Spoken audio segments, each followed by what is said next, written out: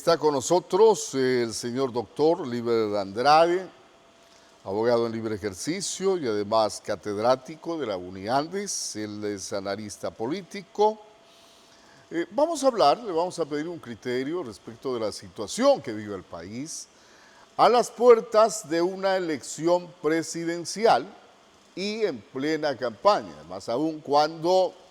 hemos avanzado en el calendario electoral con el debate de los candidatos a la presidencia de la República. También en los últimos días hemos conocido de un debate de los asambleístas nacionales que están encabezando la respectiva lista de los partidos políticos y movimientos debidamente acreditados en esta campaña. ¿Cuál es el escenario que tenemos en este momento? ¿Cuáles son las posibilidades de cada uno de los candidatos? Vamos a conversar de inmediato. Buenos días, ¿cómo le va? Gracias, estimado Osvaldo, buenos días y al público en general. Bien, ¿cuál es su criterio respecto de lo que está pasando este rato en plena campaña electoral? Bueno, yo creo que en cuanto tiene que ver a la elección del presidente o presidenta de la República, el escenario en este momento es bastante álgido, complicado, tomando en cuenta de que la gente, la ciudadanía, los electores esperan propuestas muy seguras, esperan propuestas que se materialicen por parte de los candidatos, de los 16 binomios. Y las propuestas, obviamente, que el pueblo ecuatoriano espera es que fundamentalmente se trate de ir aislando el problema de la inseguridad, la falta de seguridad física que viven las personas en el país,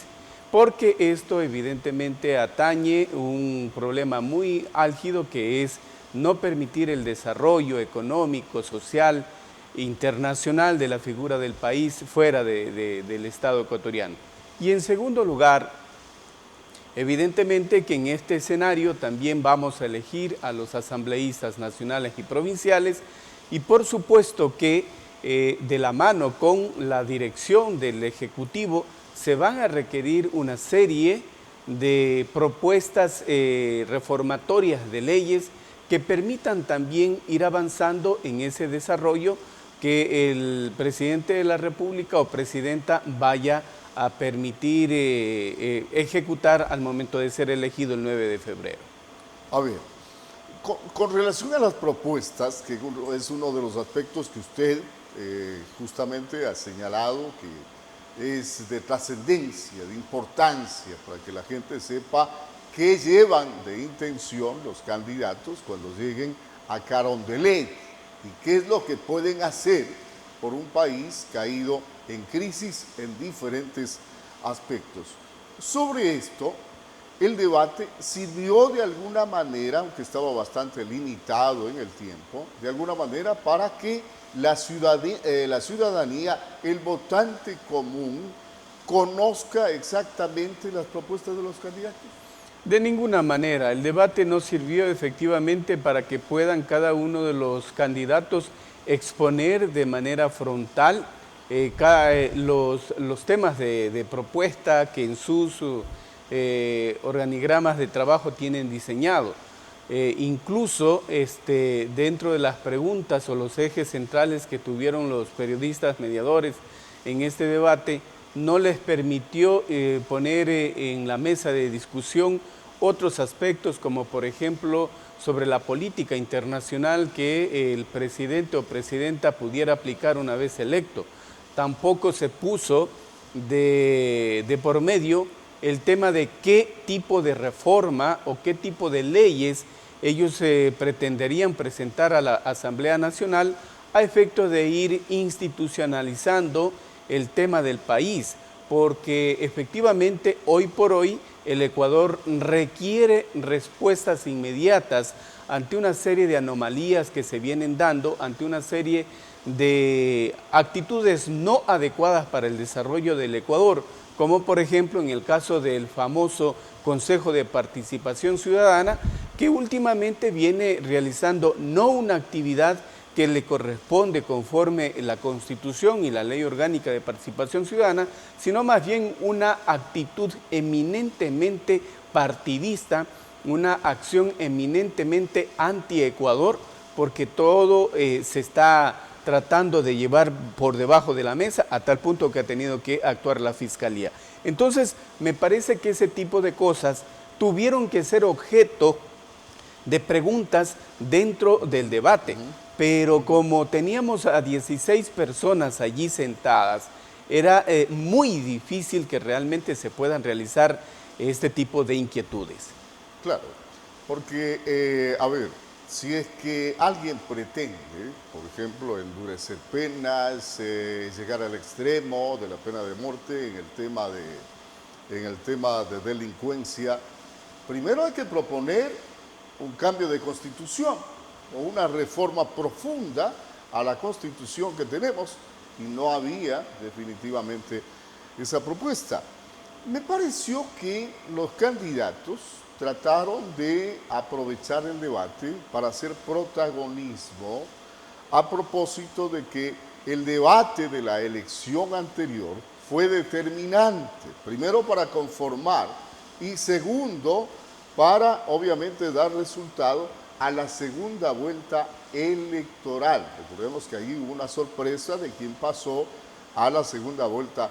electoral. Y me parece que por eso los candidatos, antes de profundizar sus propuestas, se encargaron de atacar a los otros candidatos, de dar a conocer muletillas de sus identidades políticas antes que una propuesta profunda de lo que van a hacer. Oh, por supuesto, frente al análisis que usted realizó, yo creo que el debate en este punto, lo único que identificó fue, en primer lugar, los dos candidatos que están en primera línea, en primera partida. Eso es lo que se pudo observar. En segundo lugar, lo que también se pudo apreciar fue, en definitiva, que los presidenciables en este momento no han tenido una posición muy adecuada en relación a poder hacer un planteamiento muy concreto. Lo que se evidenció más bien fue una serie de propuestas demagógicas que nunca tampoco lo señalaron de qué forma iban a poder sustentar esas propuestas irrealizables. Por ejemplo, el famoso tren submarino que se estaba planteando por parte del señor Tillería, es una propuesta que es realmente un sueño, por decirlo algo, porque si nos vamos solamente aquí cerca, en la capital de la República, para poder poner en práctica el servicio nuevo de transportación masiva que tiene el Ecuador, ha tenido que pasar alrededor de 10, 12 años. Y en una presidencia de 4 años no pueden venir a ofrecer ese tipo de cosas. Y tampoco se dijo con qué presupuesto se lo iba a hacer. Ahí lo único que pudo apreciarse es que, por ejemplo, tanto el señor Isa como el profesor Escala, ellos lo único que sí señalaron cuáles serían las fuentes de financiamiento de sus propuestas, y entre eso se señalaba el hecho de cobrar los impuestos a aquellas empresas y personas naturales que no han pagado el impuesto a la renta, el IVA, etcétera, etcétera. Y en tercer lugar, yo creo que frente a su comentario, no hubo allí de por medio tampoco el asunto de un dime y direte entre los candidatos. Más bien pretendieron recoger la experiencia de las elecciones anteriores, porque efectivamente, como usted señalaba, allí hubo un fenómeno especial. La muerte del candidato Villavicencio permitió que un candidato tome la posta en eso. Y es por eso que usted vio que en el debate dos candidaturas empezaron a utilizar ese tipo de muletillas, como señalaba usted, de que a mí me están amenazando de muerte. Y el del Partido Socialista dice que él no hace la campaña porque efectivamente hay un alto riesgo de atentar contra su vida. Entonces, estas muletillas que hoy están utilizando no han dado resultados frente a lo que pasó en la anterior campaña. A ver, Tanto el debate como la campaña en sí, la campaña física de recorridos que hacen los candidatos, la que hacen en los medios, la que hacen en las redes sociales, que por cierto es el lugar que más escogido por parte de los candidatos, tiende a convencer a una población de indecisos. ¿Cree usted que están cumpliendo con su objetivo los candidatos que han logrado precisamente atraer a esas personas que todavía no saben o no sabían por quién votar? Creo que no, yo creo que el 20% que más o menos se estima que hay de indecisos actualmente, de ese 20% algo pudo captar la candidata Andrea González, que fue una de las que de una u otra forma sobresalió por su postura anticorreísta, etcétera, pero que no tiene o no ha tenido hasta el momento la posibilidad de ser una protagonista en el escenario, porque si nosotros vemos hay un porcentaje promedio de un 30 al 40% en el primer pelotón, y en el segundo pelotón efectivamente tendríamos a Andrea González, a Leonidas Issa, que son los candidatos que de alguna manera también dentro de ese debate tuvieron una incidencia, si se quiere, homogénica en el asunto de proponer sus ideas vía ideológica. Pero de allí no hay otra cuestión, hay un 4% que por ejemplo se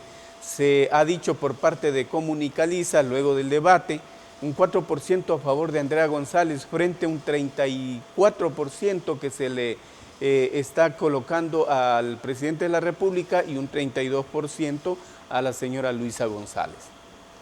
¿Usted percibe que van a haber algunas consecuencias de carácter legal y a lo mejor constitucional por las acciones tomadas por el actual presidente candidato Daniel Noboa por el problema que tiene con la vicepresidenta Verónica Abad al nombrar otra vicepresidenta, al encargarle la presidencia para hacer campaña electoral? ¿Van a haber consecuencias? Yo creo que en esto ya tuvo que haber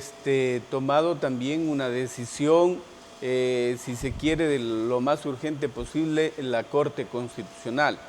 Pero dado los casos que tiene aquí este organismo, va a ser muy difícil que logren tomar una resolución antes del 9 de febrero y que pueda esto incidir o no con la postura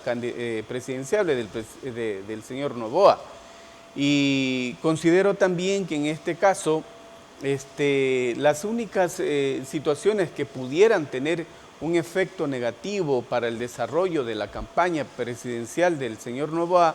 es más bien la posición que debe tener el Consejo Nacional Electoral, pero que esto se lavan las manos por parte de la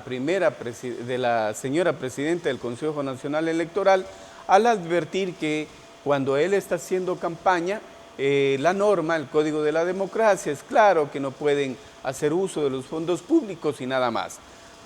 Hasta el momento no se ha visto mayores cosas que se diga frente al desarrollo del papel electoral que presenta el presidente de la República. Y eso deja entrever que este organismo, que es el que tiene que estar allí fiscalizando los actos de los candidatos presidenciables, no lo está haciendo adecuadamente.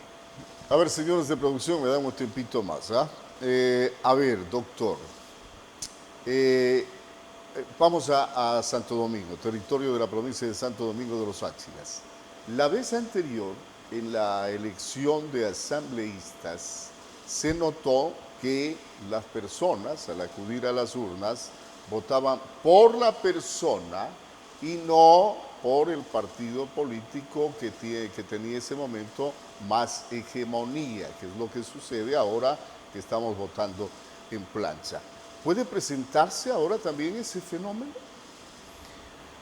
Yo creo que no. Me parece que en este momento más bien la forma como se ha presentado el debate y el escenario político en los últimos meses, más bien la gente está pensando votar de manera partidaria, es decir, en plancha.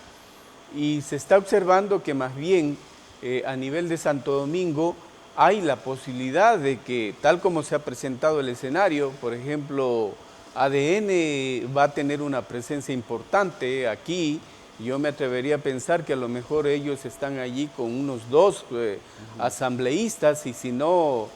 pudieran ser 3, y el otro pudiera ser de los correístas, y por ahí un tercero que pudiera estar con los otros partidos y movimientos, como por ejemplo el Partido Social Cristiano.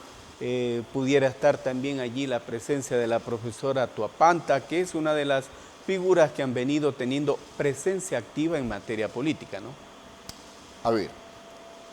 ¿quién ha explotado más hasta el momento el tema de la universidad en Santo Domingo y qué prevalencia va a tener en los resultados?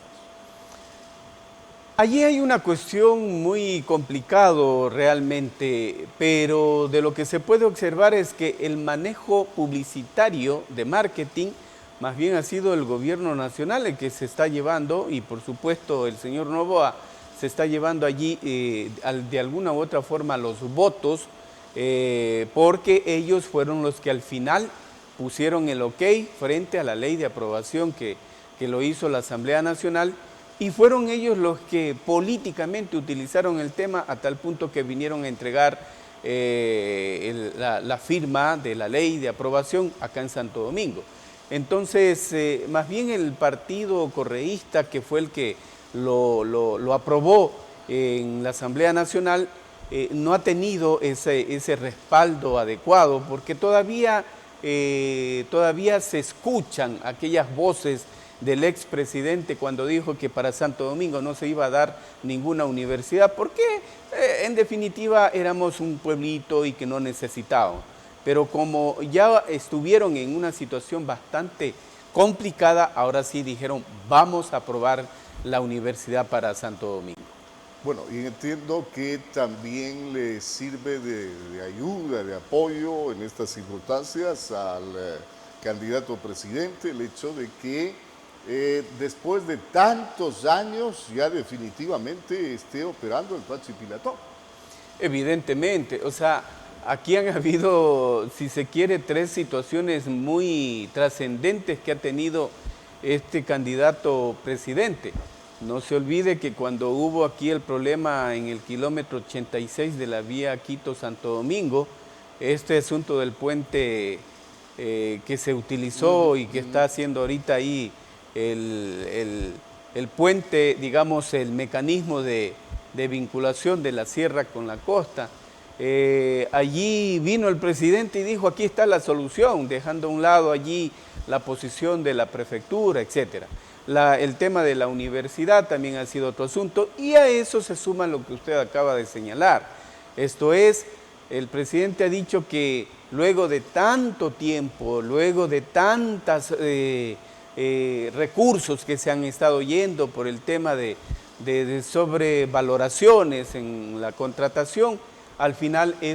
esta presidencia de la República lo ha logrado finalmente terminar, porque estaban en los apuros que ya conocíamos de no tener el abastecimiento necesario en materia de energía eléctrica. Bien.